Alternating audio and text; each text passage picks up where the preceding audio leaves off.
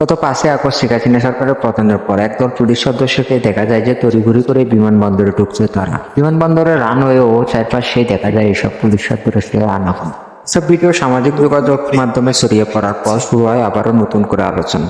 সামাজিক যোগাযোগ মাধ্যম ফেসবুকে বিভিন্ন মানুষ পোস্ট করেন যে এইসব পুলিশ সদস্যকে ভিন দেশে কেন এত তড়িঘড়ি করে পালানোর চেষ্টা করছে। শেখ হাসিনা সরকার পতনের পর দেশ ছেড়ে তাড়াহুড়ো করে পালান এইসব পুলিশ সদস্য, এমনটি শোনা যায় মানুষের মুখে মুখে। তবে এখন পর্যন্ত এর কোনো সত্যতা পাওয়া যায়নি।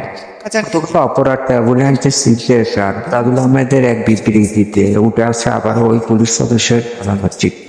গতকাল কোকানগঞ্জে আহতদের দেখতে পঙ্গু হাসপাতালে যান তাজউদ্দিন আহমেদ। আহতদের সাথে দেখা করার পর তিনি বলেন যে ছাত্র জনতার আন্দোলনকে দমন করার জন্য অন্য দেশের নাগরিকরাও ছিল। প্রাথমিক তথ্য প্রমাণ পেয়েছে তারা যে গুলি করেছে যে পুলিশগুলো তারা বাংলা ভাষায় কথা বলেনি, তারা অধিকাংশ হিন্দি ভাষায় কথা বলেছে, হিন্দিতে গালাগালি করেছে এবং এই তাদের আচরণ ছিল অসম্ভব ব্রুটাল। তারা কোনো দেশীয় কোনো মানুষ বাংলাদেশের উপরে নিষ্ঠুরতা